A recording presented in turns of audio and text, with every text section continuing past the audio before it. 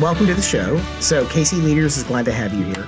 Give me like a brief intro over who you are and what you do just right now. My name is Camry Ivory. I am an audiovisual musician and artist and the inventor of Coloratura, an audiovisual paintbrush interface. On Instagram, my Instagram handle is coloratura.art, which is COLORATURA. On Facebook, it's Coloratura Arts, same spelling, just with an S at the end. And those are my main social media channels. YouTube is Camry Ivory. So I want to talk a little bit about Coloratura. Tell us a little bit more about it. You're an audio visual artist. What does that mean for people who are listening to the show? Yeah, so I've kind of had to make up that moniker. Essentially, I started as a musician. I played piano and sang for most of my life. And one day I thought, wouldn't it be interesting if I could visualize my music in a tangible way? So there are plenty of other artists and musicians who have been using technology to do that, but usually they've been focusing on digital art. So there's a digital interface, you create digital music, and then there is a digital manifestation of your visual work. And I thought, wouldn't it be interesting if you could actually touch your music? You could hold it in your hand, if you could use just a regular paintbrush and use regular paint to create something that could last longer than the ephemeral nature of music. And so I assumed that someone had already developed something like that. And there were a few other artists and musicians who had done something a little bit similar. But what I wanted to do was to really explore the relationship between color and sound. So I assigned a different color to a different musical note. And then with the interface, it's made up of 12 paintbrushes. And so every paintbrush plays a different note in the musical scale. And then I've assigned it to that color that I mentioned before. So when you touch the brush to the canvas, you get to hear essentially what that color sounds like. And that kind of changes the trajectory of the piece that one would create. I originally met you at the KC Folk Fest. And I was instantly drawn to what you were doing. And I said, man, this is really, really cool. It's very different. I've never seen anything quite like it. Just digital art. Going back, I met Jaron Lanier years ago, the guy who apparently coined the term virtual reality years ago. He's one of the first people at Apple years ago. And met him, and he was doing stuff in the digital space, I think almost even 20 years ago. And but I hadn't seen anybody doing anything that incorporated actual kind of performance art at the same time while generating music in a way that it was just very different. Actually generating art. It was usually, you're right. It's usually music first. You play an instrument or whatever it is, and then there's some kind of digital interpreter. Just like a sound wave, can be used into creating some kind of fractal imagery or something like that. But it wasn't like generating something from the art side first. So how did you kind of come upon this idea? It kind of was the culmination of a lot of different ideas all at once. So it all really happened in 2014 or 2015. Back in, I guess, 2012 was when it started. Kansas City used to have the Kansas City Maker Faire at Union Station. I don't believe they've brought it back since, in the post-COVID world that we're in. Although we're still kind of in COVID, right? But I went there in 2013 and 2014 and got exposed to kind of the maker community and learned about Raspberry Pis and Arduinos and Mickey Mickeys and all sorts of things. And so that kind of got my brain thinking about different ways to incorporate technology into different projects that I had kind of bouncing around my brain. During that same period of time, I also learned about the neurological phenomena of synesthesia. So people who are able to hear sound, hear color, or see sound, or they have overlapping sensory experiences. And I just thought that was really fascinating. And I thought, wouldn't it be interesting if there were a way to use technology to kind of simulate that experience for everyone who may not already naturally have synesthesia. And so I had this opportunity to perform with this organization called Art in the Loop, or it's a performance series called Art in the Loop. They still have it. It's with the Downtown Kansas City Council. And essentially they have visual and performing artists create pieces for, basically it's like a summer series of performances and installation art.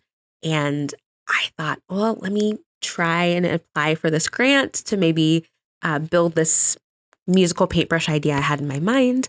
I didn't think that I would actually get the grant, but I did. And they said, you have 7 weeks to take this from this idea in your brain to doing a fully fleshed out 30-minute performance. And so it was a mad dash to get it done.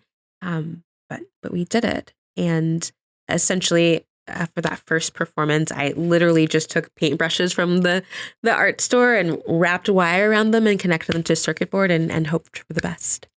It's obviously matured quite a bit since then. No, I mean, it's an amazing, I think it's an amazing idea and product. So kind of moving from that a little bit to tell us a little bit, just for the listeners in the audience, tell us a little bit about your background and how did you end up in Kansas City? Well, I was born in Omaha, Nebraska, but my family moved to Kansas City when I was 3. My father was in air traffic controlling, and so MCI was here, Kansas City Airport was here. But my family was really looking for a community that was affordable, but offered really great educational opportunities. So I grew up in Johnson County, and I went to the Shawnee Mission and Blue Valley School Districts, which are some of the best in the state, if not the entire country, as far as public schools go. They really valued education and wanted to make sure I had the best opportunities possible. So I'm really thankful for them for that. I went to school at the University of Missouri Columbia, a couple hours away from here, studied Spanish and linguistics. And then I had the opportunity to come back and work with Missouri College Advising Corps, which is similar to Teach for America, but instead of teaching, we're college advisors for students in low-income areas. And so we provide college advising support and help them just kind of create a college-going culture in their school. So that's what brought me back to Kansas City. I had plans to move very far away from here, but I got this job for a couple of years and just kind of fell in love with Kansas City, and I started to see it grow and evolve in a way that it really that it hadn't really existed when I was there as a child and as a teenager. I think it was 2010, 2011, Google Fiber decided to choose Kansas City, Kansas specifically, but then the greater metro area as their hub for their first hub for the Google Fiber project. And that put so many eyeballs on Kansas City. Internationally, people were saying, well, why did they choose this city? What's so great about Kansas City? Isn't it just cows and cornfields? And that's what a lot of people thought about Kansas City. Most of my life, when I would travel different places and I told people I was from Kansas City, I would usually hear like, oh, well, you're not in Kansas anymore. Or like, where's Dorothy? Or you take a tractor to go to school. Like, these are like legitimate things that people would say to me because Kansas City just was kind of a sleepy town. But because of, the spotlight that Google Fiber shone on our city, and because of, the startups and entrepreneurs that moved to Kansas City, because of that, there was a revitalization in this city that kind of spilled out into many other industries and sectors. It's really interesting to see kind of what's happened. I mean, now we've got, the World Cup's coming here next year. That's truly an international scene. And just a whole bunch of things. I mean, I've only been in Kansas City for, the better part of a year now. And I really think this city's going places. Absolutely. And it's funny to think about, Google Fiber being, because I moved here and then I'm hearing about Meta buying, 1,000 acres in the northern part of the city. And I was like, man, there's a lot of things going on here. It's kind of incredible. So how did you get into, okay, so you said your background is in, you're a musician? Musician. Okay. Yes. So tell me about that. And then, what led you to coloratura? You talked a little bit about synesthesia and these other things. Yeah. So let's talk about the musician part of your background. So I did not grow up in a musical family. I found the piano at a young age. I really fell in love with Tori Amos, of all people. I don't know if we have any Tori Amos fans listening, but I just really loved her style of music. And Sarah McLachlan, I'm very much a child of the 90s. So I just loved music, and I loved the way that they were able to use their music to express themselves in just this raw and vulnerable way. And so for most of my life, from 8 years old until like my mid-20s, My genre was kind of sad girl on a piano when I played music. But I also got involved in a lot of musical projects here in Kansas City. One of the great things about Kansas City is that it is so collaborative and relatively easy to find people to um, be involved in your own musical projects or to jump in on other people's musical projects. So when I moved back after college, I was in an indie pop band. I was in a Latin jazz ensemble. I've done a David Bowie tribute for several years. I'm in a Talking Heads tribute band that's gone on for 11 years, 12 years, I think, at this point. And so I love music. It's always been a really important way for me to express myself, but I also feel that it's sometimes one-dimensional and that you're primarily engaging yourself and your audience on the auditory plane, right? So you're listening to what this musician has to say.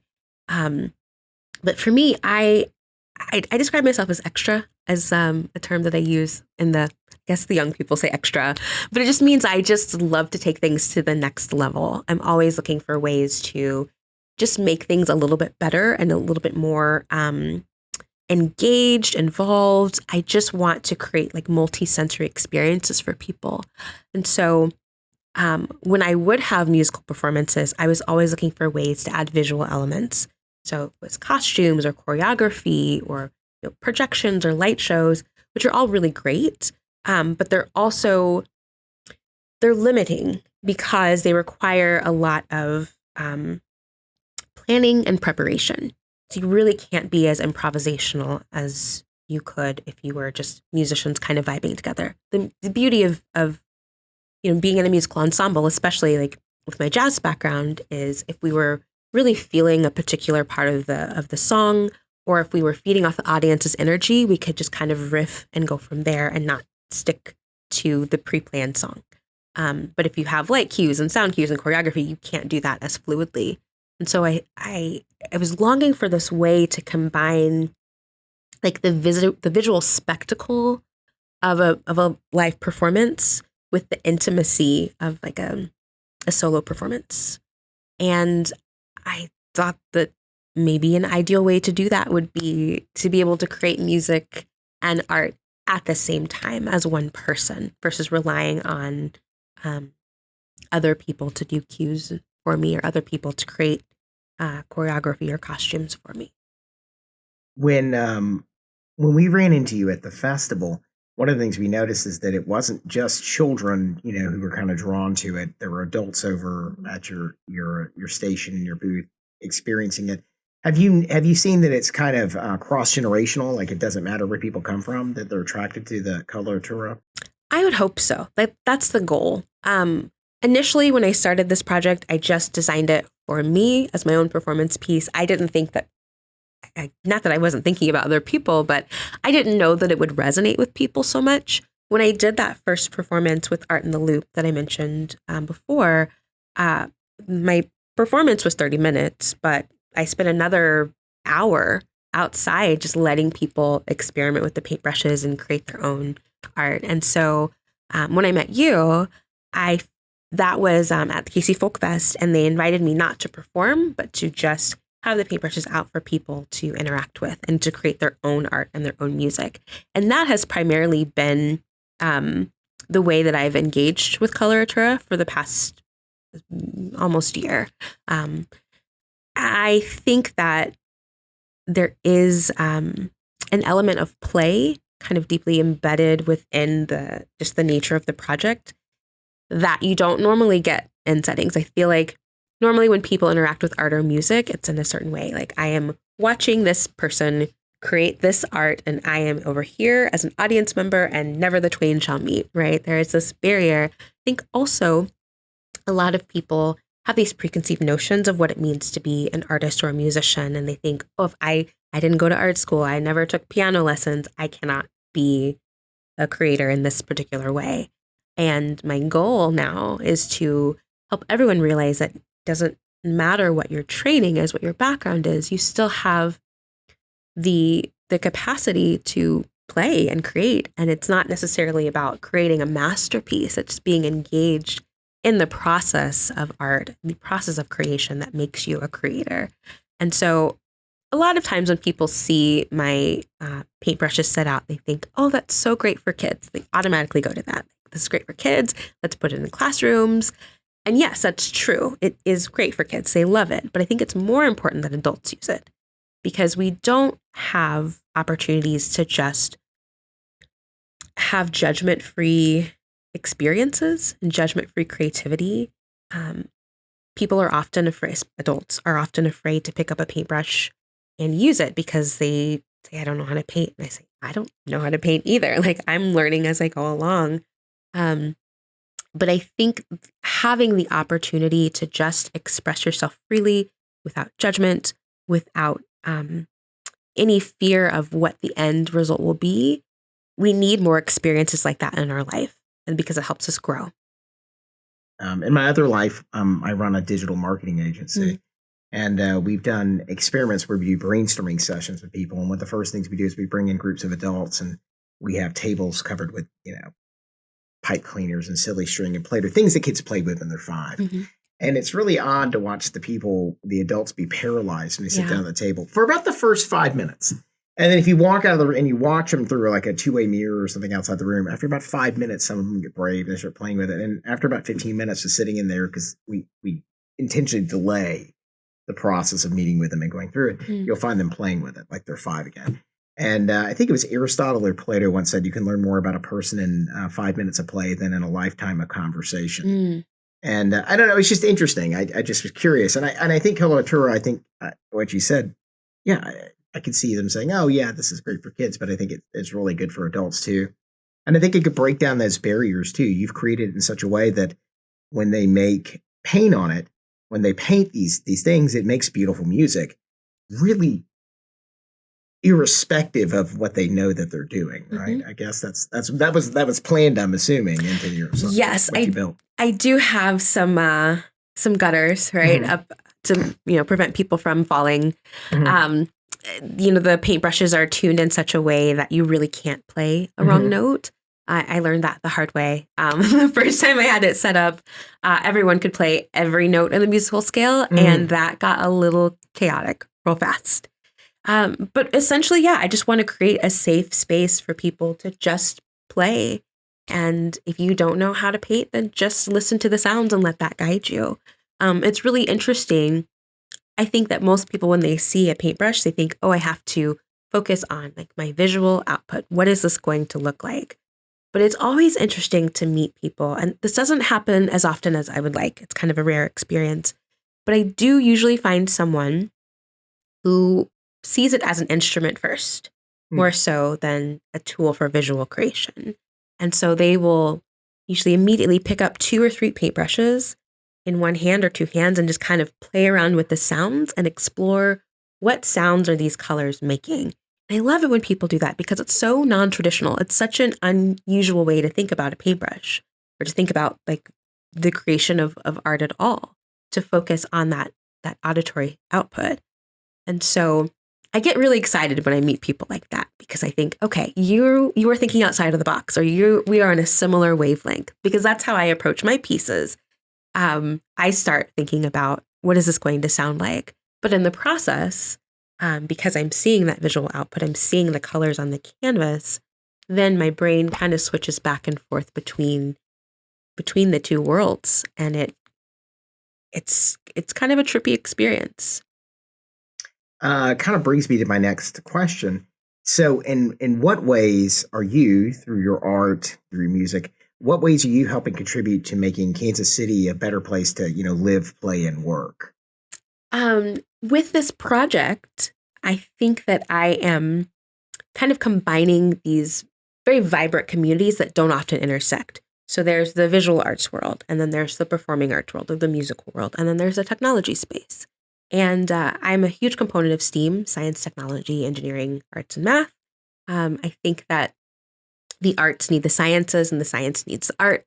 One adds meaning, the other adds process. And so I think that there is a lot of opportunity for these disparate sectors to work together, but they may not always know, what projects are the others working on, or what are the needs of the artist community that the technology community can assist with, and vice versa. So I'm hopeful that this project can start to be a gateway into having more of those conversations and finding more ways for those communities to come together and intersect. What is one initiative or project that you're particularly proud of and why? I mean, Coloratura is part of it, right? Is there something else that you've been involved with this project that you're really excited about? Not with this project per se, but something that I started pre-pandemic and I'm hoping to bring back. So in 2015, 2016, I started, I guess you could call it a performance series called Strawberry Jam. We just started it at our home, but essentially it was a potluck brunch / open mic / jam session. And we had between 50 to 70 people come through every time we hosted it. And then we brought together some of the best musicians in Kansas City with people who had never gone to a concert before. And we had it usually quarterly. And every time I met someone new in Kansas City or just made a new friend, I said, please come to our Strawberry Jam. If you want to get introduced to the music scene in Kansas City, but maybe you're not the type of person that's going to go out to a bar on a Friday night at 9 o'clock to see a band, you may be able to see some of the best musicians in Kansas City at my house and eat some delicious biscuits, in the process. And so that was really an innovative way of, again, building community and connecting disparate communities together. Ended, obviously, during the pandemic, and I haven't quite found a way to bring that back. I'm still looking for a space, but that's one of the things I'm most proud of, actually, outside of Coloratura. Okay. So for those of you listeners out here, Camry Ivory needs a space for a Strawberry Jam to bring that back to Kansas City. So maybe we can collaborate on that and help find something else, post podcast on that. So flipping a little bit over to Kansas City, some questions about that. You've been involved in this space. You grew up here. You've been in Kansas City since you were 3. Except for a brief period of time when you went off to college, etc., and came back. So what do you see right now as unique opportunities or challenges for Kansas City in the coming years? I think it's a challenge that, every city in America is facing, and that the cost of everything is increasing, the cost of living, commercial real estate, everything. And one of the great things about Kansas City that has made it such an incubator city and a hub for the arts is that we did have low cost of living. So you could be an artist and you didn't have to work a full-time day job, just to make ends meet. You still could have excess time and creative energy to work on your creative projects. Getting a studio space or finding a venue to host whatever your project was a little bit easier because there were lots of legitimate and maybe not so legitimate places that you could go to host whatever sort of event you needed to. And, throughout the pandemic, we've had a lot of folks moving to Kansas City and investing in Kansas City, which is fantastic. But at the same time, the cost of everything has gone up. And so I have noticed, even as myself as an artist, trying to just find a studio space has been really difficult. Some spaces closed during the pandemic, and those opportunities for artists were no longer. Or the spaces that were there, their prices have increased. And so as I look at other cities, I just read a Forbes magazine article this week where St. Louis was highlighted as having a really fantastic arts community. And one of the reasons they noted that St. Louis was so particularly good at nurturing the arts is because the Kranzenberg Foundation invested in infrastructure and invested in real estate and building up spaces for these individual artists and arts organizations so that they could focus their time and money on doing what they do best, which is supporting artists and not sending all that money to rent and utilities and things like that. And so we do have organizations in Kansas City that are doing that. The Inglewood Arts Center in Independence, Charlotte Street Foundation in Midtown Kansas City. So there are great opportunities to do that, but we're still building. And if we don't continue to intentionally invest in artists and invest in the infrastructure of an arts community, then we will no longer have an arts community. One of the things that attracted me to Kansas City in particular is that they do have a certain amount of the tax base that goes to supporting the arts. Mhm. I don't know exactly how that is used currently. I do know that like the Kansas City Hearts projects was partly funded Mhm. by that, and I thought that was kind of a good thing to help bring the community together, et cetera, like that. So, are there people in the community who should be paying attention right now, or should we be taking a page kind of out of St. Louis's book? I mean, I hate to do that, but at the same time, it's if they're doing something better than us, what can we learn from them, Mhm. and what can we build upon from that? Yeah, absolutely. And I think that like the organizations that I mentioned before, they're doing the work. I know that we are doing the work in Kansas City. Another great organization is Arts KC, which was one of the first donors or funders of my Coloratura project. Without them, this project and many other artistic projects would not exist. So they're working, and I won't talk a lot about it because I feel like it's their story to tell. But they're working on something called the Neuro Arts Blueprint, which is essentially um, understanding that art is not just capital A art, like something you see in a museum or a gallery or at an opera. That art needs to be integrated holistically throughout the entire community. That it needs to be deeply infused within our healthcare system, our education system, our infrastructure, and helping everyone understand that art is not just something that you do or observe, that it's a part of who we are as human beings. And once you have that approach to art, it changes the way that you invest in it. Um, I think that even like with the new airport, I don't know if you've had a chance to go Yes. through. I loved the intentionality of it. I loved that they incorporated so many local artists, not just visual artists, but culinary artists. The restaurants are all local, and that that requires a lot of planning and forethought. But I think it manifested beautifully, and I hope that as there are new initiatives in Kansas City, that they incorporate the arts as much as possible. Um, so, how do you approach collaboration and fostering unity within the community? From a personal perspective, it's just being really vulnerable and just talking to as many people as possible and taking advantage of as many opportunities as possible. So I am out in the streets all the time. So Casey Folk Fest is where you met me. I've done First Fridays, Third Fridays. I am just trying to be where the people are. I mentioned before, I use that term a lot, capital A art. I kind of use that as shorthand for like to explore or explain like the divide between the fine arts and just your average everyday person. I think that obviously museums, galleries play an important role in our culture and in our community specifically, but that is not the only way to engage with art. And so for me, I think if I'm going to collaborate, I don't want to just live in the visual arts world. I don't want to live in just the musical world.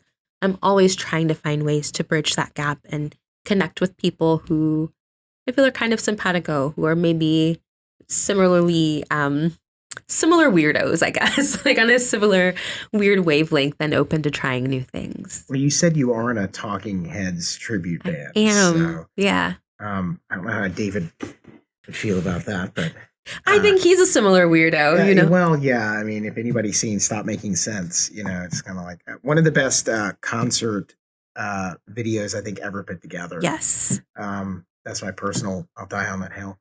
But I agree. And we recreate it every year. do you We really? do, top to bottom, big suit and all. When do you do that? So usually it's around Thanksgiving holiday. So usually the day before or day after.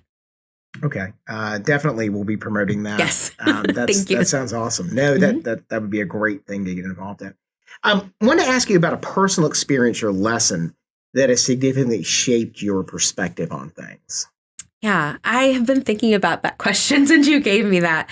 Um, I can't answer that. Is that okay? Oh, that's fine. Okay. That's fine. You don't have to. Yeah, I can't think of like one solid one. Well, it's always one of those things. Sometimes there's that galvanizing kind of lightning out of a bottom moment, but you don't Mhm. have to have that. Yeah.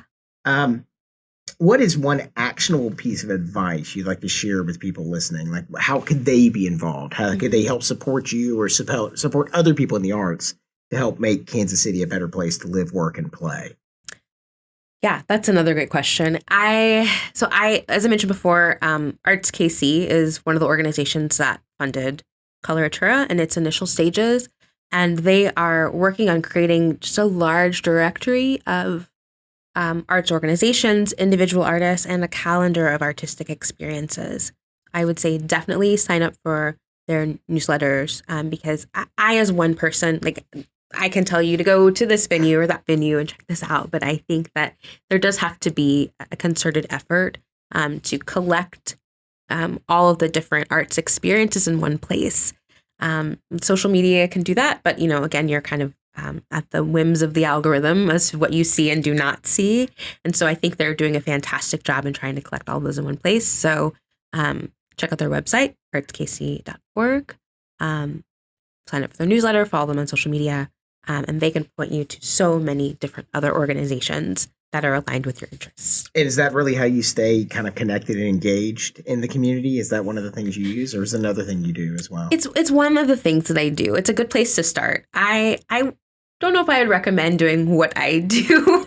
I think I just am just constantly trying to stay in, I guess you can call it FaceTime. So I'm out in the community a lot. I'm going to a lot of events and talking to people, especially if I see something that's a little bit off the beaten path. I think one of the great things about Kansas City is that we do have a lot of solid tradition. People who are carrying on the tradition of folk music and jazz and country music, and that is fantastic because they are beautiful traditions that are in part rooted here in our region and in our city, specifically with jazz. But I always love it when people are taking those traditions and kind of tweaking them a little bit and just making them a little bit different. So we're not just repeating what's been done for the past 100 years. Not that there's anything wrong with that, but I think it's important to invest time and energy in people who are pushing the envelope as well.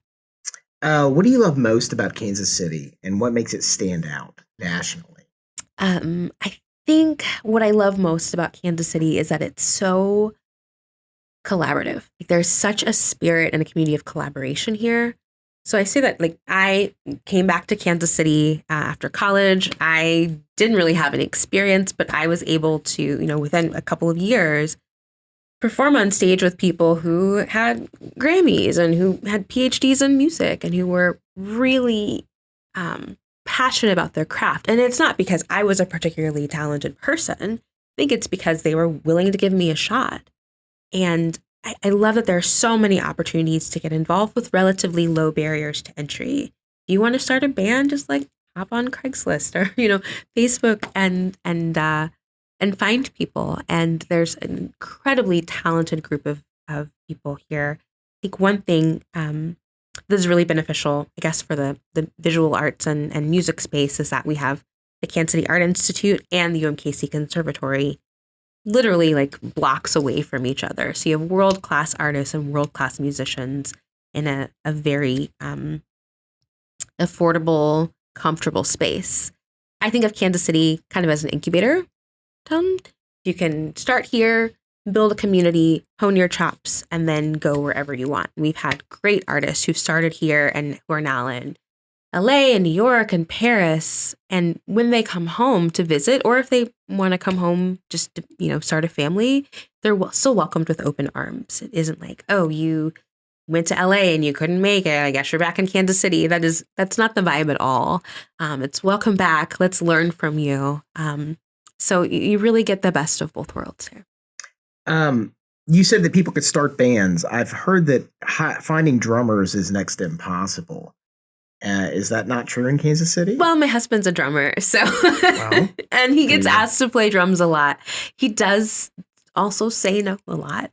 So you could probably find some drummers. Finding a good drummer, I think maybe that's. I've heard the joke is that drummers usually say, "No, I can't help you. I'm already in 3 bands." Yes, that's kind of. So how many bands is your husband in right now? Officially 2, but he So there's picks up. still a chance. There's still a spot. chance. There's one more he could be into. Maybe. Okay. But he's also helping build Coloratura, which is a job in and of itself. Got it. So, all right. So we'll let him off the hook for that. Yes. So, are there any local leaders or influencers in Kansas City who really inspire you? That's such a great question. And at first I didn't want to answer it because there are too many people. But the person that first came to mind is Mark Manning. So he is such a champion of local music. So he has a radio show on KKFI 90.1, which is community radio. It's called Wednesday Midday Music Medley. And every week he profiles local artists and he invites them on the show and plays their music. He promotes their events. He goes to the events and takes lovely photography and has just been such a champion and such an advocate for the local music scene for decades now, and was one of the first people I met in Kansas City that kind of introduced me to the local music scene. All right. Yeah. Very cool. Maybe we can reach out to him and see if he'd want to come on. He's a gem. How do you see the future of Kansas City playing out, and what role do you want to play in that future? As I mentioned before, Arts KC and several other organizations are working on something called the Neuro Arts Blueprint, which is where we're integrating arts into all parts of the infrastructure of Kansas City. And I think that has the potential to really revolutionize Kansas City. One of the trickiest parts of being an artist, being a musician in Kansas City, and being specifically a person of color is addressing the racial divide. So I am I'm Black. I'm a Black woman. I've been in the music scene for over a decade, but it's very rare that I share a stage with Black musicians. It wasn't until 2019, 2020 that I was in a regular band with other Black musicians. Not that they're not there. They're obviously there, but we were playing in different genres, but also like there is this weird racial divide in Kansas City that permeates so many different sectors. I think it's so weird when, Kansas City is so well known for its jazz scene, but most people are sent to mostly white clubs. If you ask for a recommendation for good jazz in Kansas City, people are going to say some of the clubs that are west of Troost instead of the ones that are east of Troost, even though east of Troost is like where jazz was born. And so, dealing with that and reconciling with that, I think that if we really want to have a community that is truly invested in the arts and art is integrated into all sectors of our city, of our community, we also have to address that racial divide as well. Because if you're only going to promote a certain type of art, then it's not going to be integrated throughout the community. We have to create equal or equitable platforms for all people, because we are all Kansas Cityans, regardless of which side of Troost we live on. It's a very important point that you bring up here, especially, it's how do you improve all parts of the city? How do you improve? And I understand I'm not from here, but I've learned that Troost is one of those streets that in the city is kind of like a dividing line, if I'm correct. Yes. Okay. And so, and I would hear people reference that. And I think for like 2 or 3 months, I had no idea what they were talking about. And people would say things and it's like coded language sometimes. It's not a bad thing. It's like, oh, that's, east of Troost or whatever it is. And is that correct? I don't know how it works. I don't know what that means. Really, but and it's just and it's really interesting for me because I've lived in other places in other larger metros. I'm originally from the Atlanta, Georgia area, and it's a massive metropolitan area, which you cannot go from end to end of the city in 30 minutes. It's like 2.5 hours, and it's really different. And so people have said, "Oh, well, that's across the river, or that's in the Northlands, or that's in, Overland Park or OP, I think as some people call it, right? Or you'll hear even sometimes people will say things like, oh, that's in Kansas or that's Missouri.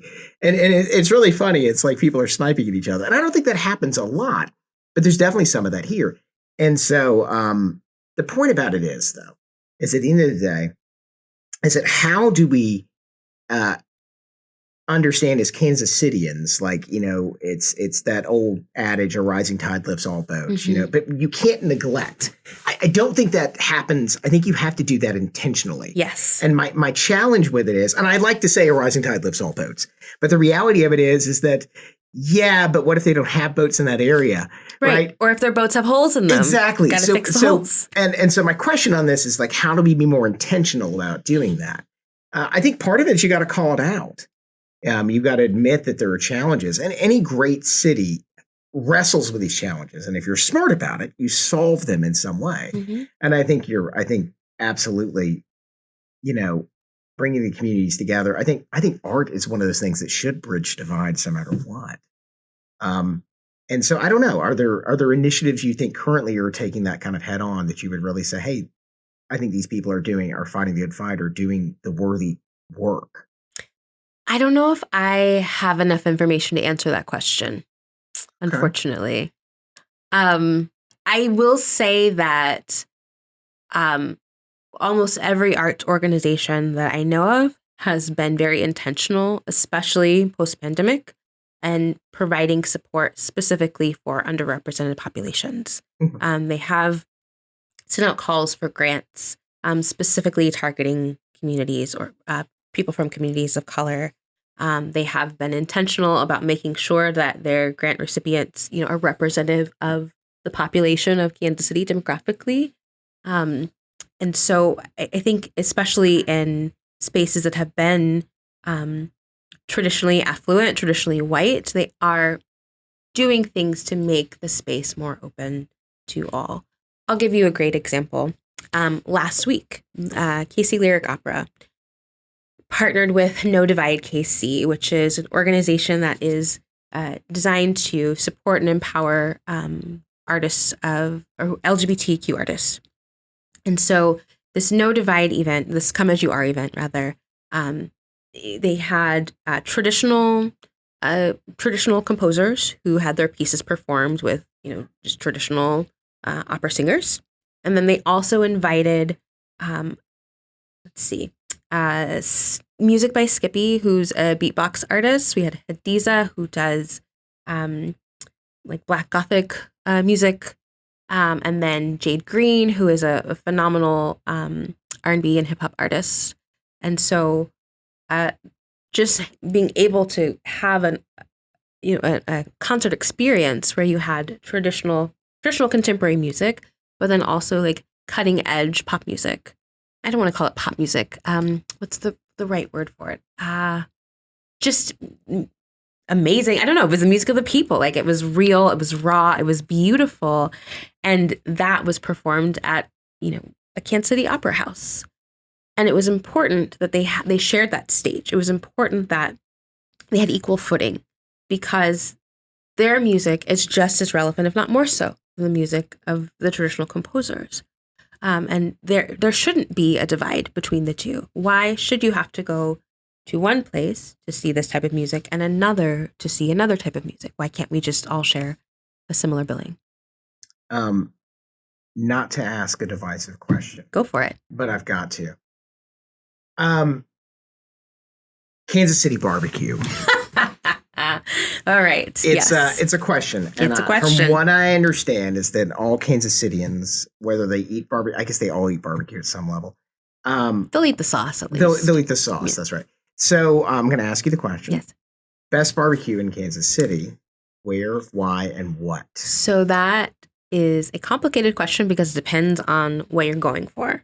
Okay. So if for burnt ends, which I feel like are the quintessential Kansas City meats, I love Elsie's off of Blue Parkway. It doesn't get mentioned a lot, but I think they have the best burnt ends in Kansas City. As far as sauce, I like Casey Joe's, but I grew up on Gates Barbecue. And so much so that when I went to college, I took a little bottle of Gates Barbecue with me. And whenever I got homesick, I wouldn't eat it, because if I ate it, then it would be gone. But I would just smell it. And it just made me feel like, oh yeah, it feels like Kansas City. So Elsie's? Elsie's.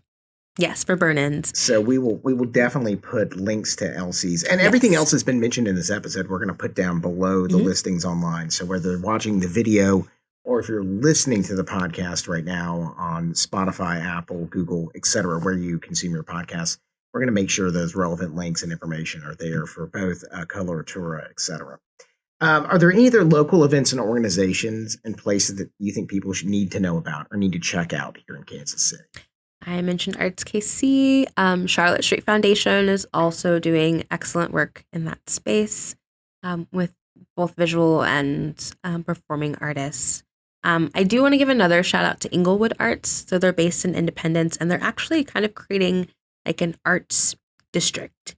So they have zoned specific residential neighborhoods and created essentially a subsidy to make those neighborhoods more affordable for artists, or those houses more affordable for artists. They have a beautiful multi-purpose center where they have artist studios and performing space, glass blowing facilities. They're really just trying to ramp up this area and intentionally designate it as a place for artists. It's just east of downtown. In the past, it used to be connected by trolley to downtown, but of course, with the advent of cars, the trolley system in Kansas City kind of began to erode. So I'm really fascinated to see what they continue to do in that space, and I hope that if and when it is successful, that there are other neighborhoods in Kansas City that can adopt that model as well. Kind of as a blueprint for how they can develop things out. Exactly. That's really exciting. Yeah. So for our listeners, the final question is, how can they get involved or support your initiatives? Definitely check out my website, coloratura-art.com. And you can sign up on my newsletter and follow me on social media. I really do want to just break down all these weird barriers that we have between, visual arts and musical arts and technology and just art in general, the barriers we have between creators and observers. I just think that everyone should have the opportunity to see themselves as creators. And I think that my project is really designed to promote that. I left my full-time job to pursue it. So if people are feeling so inclined to invest time or money or energy into helping this project continue to grow, I will never say no to that. Yes. So again, I want to do a big thank you to Camry Ivory for being on the show today. Me. Thank you so much. Yeah. I really appreciate it. This was great. Thanks. Thank you for listening to the KC Leaders Podcast. Please remember to like, share, subscribe, and leave a review wherever you listen. For more information about this podcast, you can visit kcleaderspodcast.com. And don't forget to check out our other great podcasts like The Buck Stops Here, streaming now on all major platforms and at thebuckstopsherepodcast.com.